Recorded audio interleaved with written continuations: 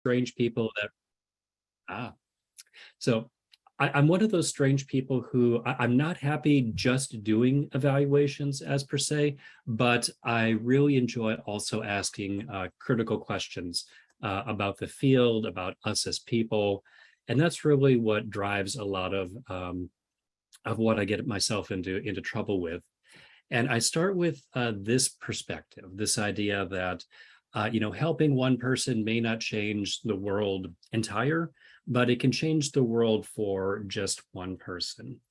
And that's a guiding principle for me because I don't always know the effect that I have on other people in the same way that you may not either. And so as we think about things like evaluation, as we think about the research on evaluation that my students and colleagues and I do, I tend to think of how can I make this useful? How can I make this helpful? How can I make the questions and processes of answering them, how can I make them empowering for the people around me? And I'll say this, that I ground my work in evaluation the way that I do because I think there are a couple of pretty fundamental principles that I think apply to all people. And I really position evaluation as I position it as a human right. And I believe it's an ethical imperative for us to do good, high quality, appropriate evaluation. And my logic goes something like this. I think that every person has the right to be happy, healthy, safe, and productive, whatever those things mean to them. And I think we also need to recognize that not everyone in the world has those things. And so one of the ways that I think we help people get those things to be happy, healthy, productive, and safe is through programs and policies and interventions, which leads us to the question of we need to know if they are effective through not just the funders' lenses, but through multiple stakeholder lenses. So if the goal is to improve people, to improve their well-being, to improve their lives, we need to evaluate the programs so that if they're not working well, and if they're consuming resources that could be used better in other ways, we need to ask those questions. And they're hard questions, yes, but we do have to ask them. And in this way, I do believe that evaluation can and should serve human rights. So one of the people that I really look up to in this field, his name is Melvin Mark. He's a gifted researcher, he's brilliant. And one of the things that I really appreciate about him is that he gave our field a framework for thinking about what do we know about the field of evaluation and how do we ask critical questions about the field of evaluation itself. And I tease him about this because he came out with this framework too late to help me in my dissertation, but it's certainly in just enough time to help my students and my other colleagues. Now, here's the thing about Mel's framework. He says that we can ask questions about evaluation itself, and he says we can ask things about the contexts in which evaluation is done, the activities in which evaluators engage, the outcomes of those activities, and professional issues like education, standards, competencies, and things like that. And I found this framework very, very helpful for thinking about who am I as an evaluator, as an educator, as a researcher? What do I care most about in this area? But one of the areas in which I feel that Mark's taxonomy is a little bit, shall we say, underdefined is asking questions about evaluators themselves. And look, let's face it, we are an interesting, albeit sometimes strange group of people. And sometimes the ways that we view ourselves don't always match the way that we're perceived by others. These conceptions and perceptions and distortions sometimes reflect back on us, like this poor cat who's looking in, I believe that's a makeup mirror, and seeing things, yes, that's a bit of a reflection of itself, but it's distorted. It doesn't accurately reflect who it is. And in some ways, that's where we start talking about things like the psychology of evaluators. And so for the purpose of today, we're going to talk about something that I think a lot of us have either struggled with ourselves or because I'm certainly one of them, or we know people who have struggled with them. And it's called the imposter phenomenon. And now, before I get into this, I have to say that a project like this, it's not done by one person. And I am very, very grateful to have been able to work with Natalie Jones and Scott Donaldson, because this project would not have come to fruition the way that it did without their support. So Natalie and Scott, I'm very, very grateful for this opportunity to work with you. And so we'll start with this. This is a picture from the American Evaluation Association meeting a couple of years ago. And you know what? These are some friends. These are some colleagues, and they're a good looking group. I mean, Laura and David and Stuart and Natalie. I'm somewhere in the middle there. Leah, Nikki, Haley, Nina. The woman on the far end is Kate. She's my wife. She's also an evaluator. And so you can imagine the fun dinner conversations that we have. Our kids are sick of hearing about evaluation, I guarantee it. And even my backpack made it into the frame. So the story about the imposter phenomenon begins because Natalie and I were having lunch at one of the conferences, and one of us was having a hard time. And I'll be honest, I don't remember if it was her or if it was me. We'll just say it's me. And we said, God, why do I feel like such a fake some of the time? I'm successful. I know some things, but ugh. And the other one said, well, yeah, I mean, you can't be the only ones who feel like this. We should look into this. We should explore this more because, of course, that's what you do when you're either in the middle of or recovering from graduate study. And we realized that this phenomenon, the sense of unease, of fakeness, of fraudness is called, in psychological terms, it's called the imposter phenomenon.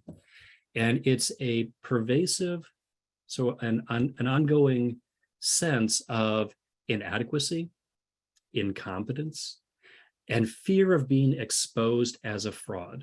Now, here's the thing. There are some people out there in the world who do not do good work. This does not apply to them.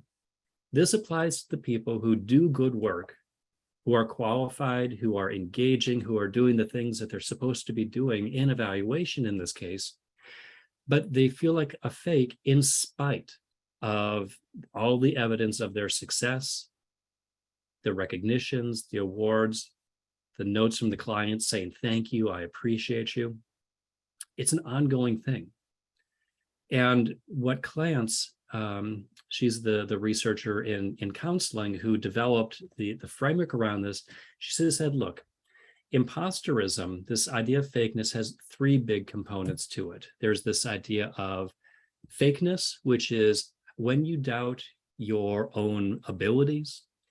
It's combined with luck, which is when instead of attributing success and recognitions to yourself or your team, which is what we would hope would happen, you're attributing it to luck or chance or environment or other things like that.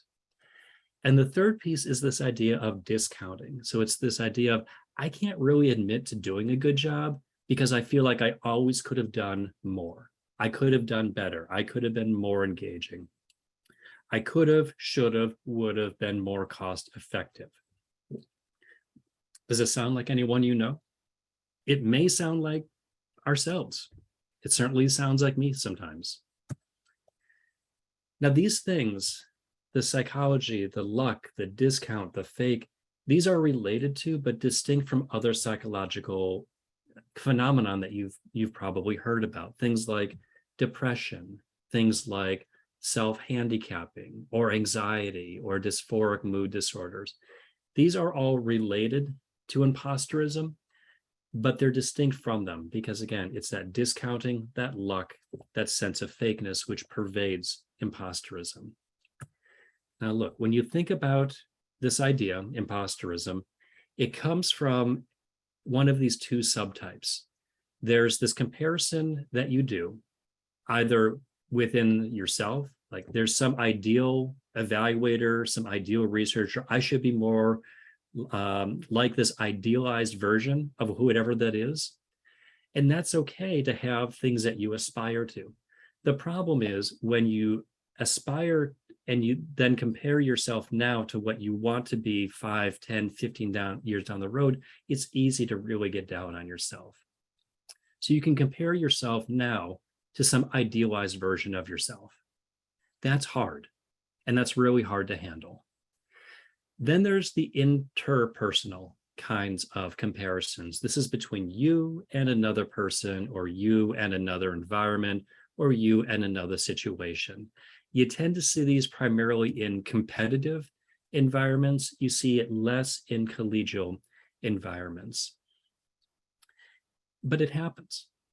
It really, really does. So my point here is not to say one is better than the other, but to say that they both exist.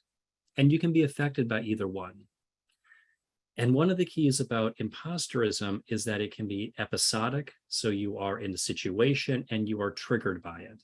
There's something about the environment or the conversation, and you start doing this inappropriate upward comparison between you and the person you think you should be. And that lets you to start thinking about or doubting your knowledge, your skills, your abilities, your value. And it comes up, for example, if you are directly challenged by a stakeholder, maybe, or in a report or a colleague. Again, these things happen. And then we start spinning off on our own. That happens. The other kind of imposterism is this thing called the chronic one. This is the person who is constantly feeling like a fake no matter what happens. It's not a one-off for that person. It's always there, and it continuously distorts their perception of the world around them, their relationships with their colleagues. And what they tend to do is they do this internal negative attribution. So anything that goes wrong with a project or discussion or a dialogue, they internalize that. They try to own that, even if it's not fair to them. They'll do that. And at the same time, they'll do this positive external attribution. The project went well, for example, because I had a great stakeholder. And yeah, we can have great stakeholders. A lot of us do. But the program wasn't, or the evaluation wasn't a whole success just because of that. No, we can give positive external attribution, but not say it's all about that.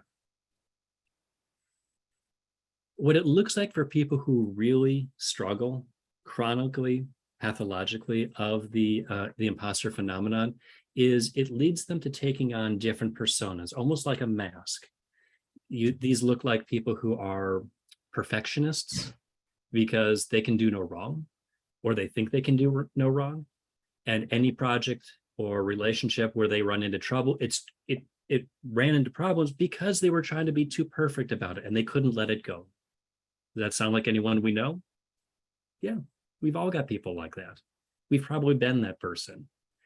You've got people who are the Superman or Superwoman who are trying to do everything. And if something goes wrong, it's because they were trying to do too much. Or the natural genius who knows everything, so doesn't need to study, doesn't need to prepare. What these things do is they give you a built-in explanation for why something didn't work. And you know what? That's tiring. That's hard. So when they adapt these bigger than life personas to shield themselves from feeling like a fake, it looks like this: procrastination, perfectionism, poor outcomes, poor processes, poor self-management. It's hard. The good news, if there is good news in this, it's that you find the imposter phenomenon across countries, across all fields and disciplines, and there are some moderating factors that interrupt the relationship between imposterism and outcomes, things like sex, things like education level, things like age. We'll come back to that in a few moments. But this brings up the question, why look at it in evaluators? Why do we care about it? Well, honestly, it's because we are a human-serving profession. We are a client-serving, human-serving field. And so if we, I'm using the royal we here, if we are engaging in imposterism feelings or affect or behavior, it can influence our quality of practice because we're always, self-negating what we've done. It's related to the evaluator competencies themselves, because it's hard to be a competent evaluator if you're always discounting the good things that you do. It's definitely related to the educational programs. And I mean that both in terms of undergraduate experiences, graduate experiences, professional development. I'm using education here very, very broadly because we should be talking about these things. Evaluation is more than methods alone. It's about the people that we are and the people that we're involved with. And last, it's related to distinguishing evaluation from some of our sister sciences, our sister disciplines, because we have to worry about the client interface, the stakeholder interface. That's something that's different from some of the basic research and even some of the other applied fields. We're different. I'm not saying better or worse, it's just different, and we need to recognize that. And so for those of you who are in applied evaluation practice, which is my sense is that's a lot of us in this room, what if there were conditions that triggered the imposter phenomenon in you? Wouldn't you like to know about that so we can anticipate it? And in our field especially, what if it differentially affects different kinds of evaluators? What if imposterism hurt women differently than it did men? We should know about that because then we can address it. Same with race and ethnicity, or sexual identity and other identities, academic disciplines. We have to talk about these things. Here's the rub, though. As a field, we are less structured than some of our friends in other areas.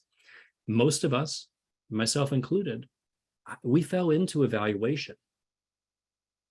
A lot of us weren't formally trained to do this particular field, but we find ourselves doing it, which leads us to think, what else should I know so that I can do good work?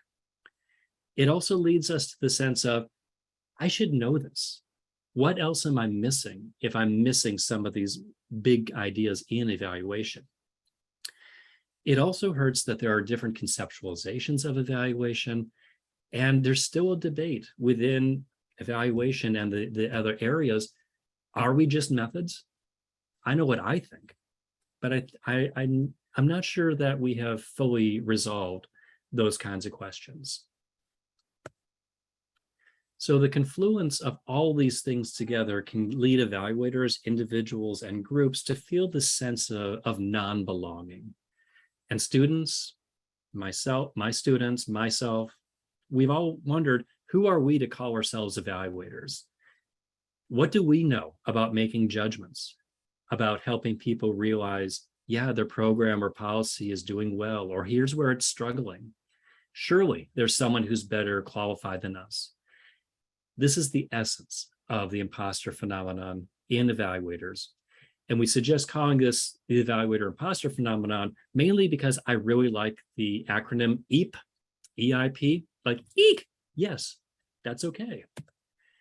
And if you're getting this sense of panic, heebie-jeebie, a little bit of terror, sense of unease, even through talking about this, what I want you to know is within any of these topics, you're not alone. We've all been here. In this next part, it gets into the data, into the research itself.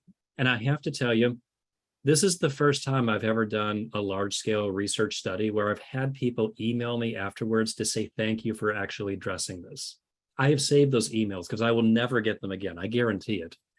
But people were saying, thank you for talking about this. I felt like I was the only one. And I thought, no, that means we're doing something right. So for the data that I'm sharing with you, it was collected from about 350 participants across the world, mainly members from the American Evaluation Association. And when they participated in the study, click on a link, random assignment to one of two forms, either the original Clance Imposter Phenomenon scale or a scale that my colleagues and I adapted for evaluators. We asked them questions around feelings of fakeness, feelings of luck. We asked them questions around the importance of the AEA competencies themselves. But here's where I wanted to move beyond just describing the data. And I like data, but we have to do more than just describe it. I wanted to ask them, what do you want other people to know about your experience with imposterism? What should the professional evaluation associations know about it? What should your coworkers know about it? And what should people like me, what should I, as an educator, what should I know about your experience with the imposter phenomenon so that I can talk about it and we can talk through it rather than avoiding it? So here's the good news, is that in general, evaluators don't feel like imposters, except for when they do, which is about 34% of the time. That's a lot of the time to be feeling like a fake. The good news, though, is that for most people who responded to this to the study, it was moderate. It wasn't crippling. It wasn't, I have to put my life on hold because of this, but it wasn't, a little bit of background noise either. They called it moderate. We need to figure out at some point what that really means for them. Now, there were a few people who scored so strongly on the imposterism scales that I said, okay, these people may need some additional help. Now, the problem with doing an anonymous survey is you can't follow up with them afterwards. So I would encourage those people who strongly respond to this topic to talk to someone. I'm happy to listen. I'm not a counselor, but I'm more than happy to listen and support where I can. When it comes to things like discount, these are just examples of the questions that we gave them. So things like, when people praise me for something I've accomplished in evaluation, I'm afraid I won't be able to live up to their expectations in the future. That was a very, very common high-scoring item. Things like, when I get recognition from my accomplishments, I have doubts that I can repeat the success. Again, you see that pattern of minimizing. They did good work, but they're not sure they can do it again. Or if I receive praise and recognition, I tend to minimize the importance of what I've done. And again, some minimization, some luck, some discount, those things, some of that is okay, but it's when it becomes a consistent theme that we begin to get worried about it. Questions around luck might be things like, sometimes I think I got to where I am in my evaluation career because I was at the right place at the right time, or I knew the right people. Or I believe that my success in evaluation has been the result of some kind of error. That's a hard way to go about your work, if that's what you're feeling. And then this fake thing, people who have taught classes before may recognize this, this first question, where I tend to remember evaluations in which I have not done my best more often than the times where I have done my best. You know how we always remember the negative course evaluations much more than the positive ones? It's the same kind of phenomenon here. Or I'm disappointed at times in my present accomplishments, and I think I should have accomplished much, much more. Again, that's the essence of fakeness. There's something that's inauthentic about our perception. And that's got to be a hard way to live. And it's an even harder way to do our work, especially if we're looking at programs and policies and interventions designed to help people do better, to live better. Here's the good news, is there were some inverse relationships with age, which means that as you I don't want to say get older, but what to say is we become a little bit more seasoned, we have lower scores on discounting, fake, and luck, which tells me as a researcher and as an educator, a point of intervention is early. It's in the educational process, undergrad, grad, professional development, where we can talk about these things. Maybe we'll see a change in that later. Here's the other part that I took as really, really good news, at least in the respondents. I did not see any significant, let me rephrase, my team and I did not see any significant differences within the respondents based off of their demographics. Men and women, racial identities, sexual orientations, all of the people were grouped very, very close to each other, which I take as a really, really good sign. People are still dealing with imposterism, but at least there isn't a differential effect where it's hurting one group much more than another, at least within the current study. Got to replicate it at some point, because that's what good researchers do. We also noticed that there were some differences in coping strategies. So when we asked people, if you feel like a fake, when you have those feelings, how do you deal with them? Here's the good news, especially for the women in the audience. The women, the self-identified women in this group, had much more active coping strategies. They were much more proactive about recognizing their feelings and working through them. They would do things like, the sun is coming out in Minnesota. Go figure. I thought it was going to rain today. They talked about, we need to do more research. They would talk to other people, or they would reflect on their past accomplishments. They would remind themselves that they have training and experience that other people don't. And here's the other part. Again, this was very, very good from a counseling perspective. They would acknowledge their feelings. These are, I would say, very, very healthy, proactive ways of recognizing and trying to adapt through imposter feelings. For the men in the audience, we didn't do quite as well on some of these things. Men tended to have much more avoidant coping strategies. They tended to respond with, well, I'm just going to work harder, or I'm going to avoid these feelings of fakeness or discount. And what that can lead to longer term is, again, those differential effects. I didn't see them in this 1-point survey, but we might see them show up later on, especially as people get more experience.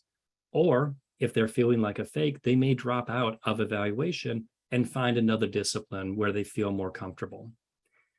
And look, people should be in fields where they feel respected, worthy, all those things, absolutely. But if they're dropping out because of this, that leads us to needing to address something. When we ask them about what should the professional associations do, beyond the couple people that said the professional associations should mind their own business, which I took as a defense mechanism, they did say that there were some group strategies that they would talk about. And one of them is doing talks like this one, where we can normalize having these feelings and work through them as a group. They also talked about the importance of mentorship, having someone they can confide in, someone who's had similar experiences. And they talked about this idea of socialization mixed with communities of practice. So again, if I'm having a hard time, I can go to my community of practice and say, here's what I'm working with. Help me figure this out. Am I really being fake here? Or am I misunderstanding? And you know what? We all need communities like that. I work with some wonderful people, and every so often I have to ask them, hey, can you check me on this? Because I'm not sure I'm interpreting it correctly. And I want to make sure I get it right. If you don't have people like that in your professional circle, I can help you find some, because they're wonderful people. Absolutely. Now, one of the things that comes up in the evaluation world and in the research field is we're often challenged to think outside the box. And I like that. We should be creative. We should be dynamic. We can find really cool ways of responding to new and novel and troubling things. But before we start thinking entirely outside of the box, I would want to be kind of like these scientists here and say, you know what? I wonder what's still inside the box, because there might be some good ideas, and maybe they just need to be adapted a little bit. Now, one of the things that's inside the box, of very inside the box ways of dealing with them, is this theory. And if we have any fans of The Princess Bride, we know you can probably hear Inigo Montoya here saying this phrase. You keep using that word. I don't think it means what you think it means. Here's the thing. The word theory in evaluation and in other fields is something that a lot of us struggle with. I struggled with this one as a grad student, as a practitioner, and I often ask myself, what's the utility of it? How is this going to make my work better? And it wasn't until I started reading a fellow named Will Shadish, who was one of our former presidents, who's now passed on, who said that evaluation theory is who we are. It's our common language. It frames our interests. It provides us an identity. It gives us an external face to the world, and it encompasses our knowledge base. I would add respectfully to what Shatter said, and I would say it's also our aspirations, it's our hopes, it's our value. The theory of evaluation, the tools that we use in service of our stakeholders and clients, they shape the world that we see around us. And I'd say that a key to understanding theory is being humble as well as aspirational about what evaluation can actually accomplish as a result of our practice. Meaning, we can be and should be humble about the ways in which our individual practice changes individuals, groups, organizations, systems. And if we accept that, then we can identify our opportunities for change much, much more easily. And we can ask ourselves, if I were a program, if my evaluation practice were a program, what kind of evidence would I need in order to be convinced it would be something good? And funny enough, that's the same question that we ask our stakeholders day in and day out. The next couple of slides are from an artist that I really, really admire. They're Canadian. It's a fellow named Lunar Baboon. And this is an artist who has kind of opened themselves up to the world to talk about anxiety, depression, mental health. And I like these because, for example, on the one that's on the screen, the little kid says, "Dad, can I use your tools?" And you say, "Yeah, you bet." And a friend says, "Well, that's going to end badly." And the father says, "Well, I disagree. I think it'll start badly, but who knows how it's going to end?" And as educators, as practitioners, there's a lot in here for me, and I think for us. So as an evaluator, it makes me think we should be questioning everything around us. We should question what's come before us. How do we really know that the ideas that our forefathers and foremothers passed on to us are really good? We should be trying them out. We should be testing them. We should be seeing how well they actually work in theory and practice, and if those ideas deliver on the promises that they make. My sense is some of them do. And my sense is some of them are still really good ideas, but maybe not as powerful as they thought. So yes, we should be asking questions about ourselves as a field, as a profession, things like values, our practice, ethics, and more. I tell my students that their job is to be bold and to be provocative and ask the really, really hard questions that a lot of us have made assumptions about. And that my job as the educator or an educator is to help lift them up when they struggle. Do we always know where these projects will end up? No. Are we going to have fun doing it? Oh, absolutely. Does it increase our admiration and respect for our colleagues and scholars? Again, absolutely. This next part is, again, the kids saying, "Hey, I like that. What's it for?" And the father says, "Oh, nothing really. I just wanted to create something nice. The world needs more nice. And I like what that kid's drawing." And he says, "Thanks." Here's the thing. I'm human. I make mistakes, and I get to learn to live from them. And one of the lessons I've learned around evaluation and evaluator education and imposterism is that kindness and support is good for its own reasons, and you never quite know how that kindness will affect others. It could be anything as simple as sending a thank you note to people whose work you find instructive or inspirational, or makes you think at a deeper level. I do this, and I encourage my students to do this. And you know what? We've never failed to have someone respond and say thank you for our thank you, which gets kind of meta now that I think about it, but it works. Does it help people address their own sense of imposterism? I haven't a clue. But again, kindness in this case is good for its own reasons. Now, the last observation I'll make related to imposterism itself is that,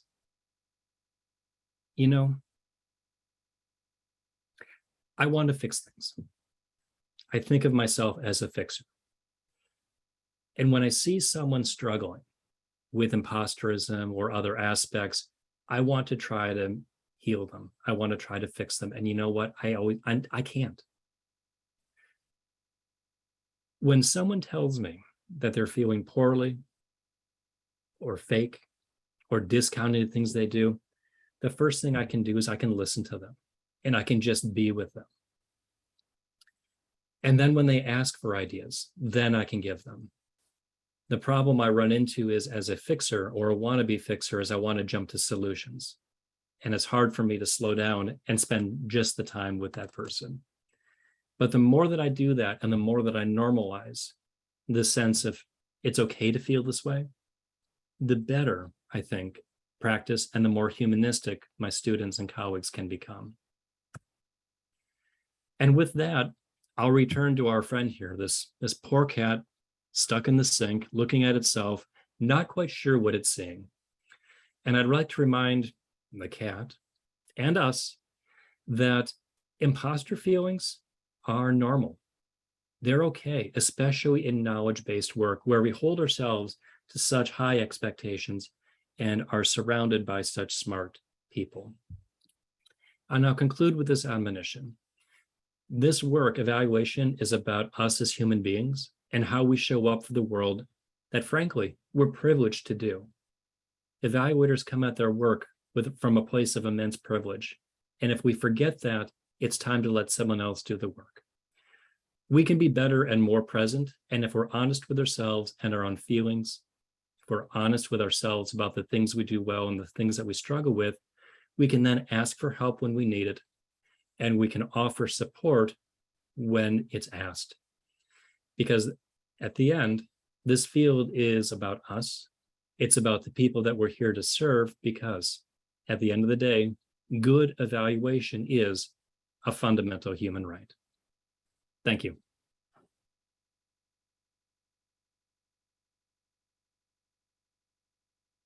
Thank you so much. I will stop the recording and I will allow us to go into Q&A.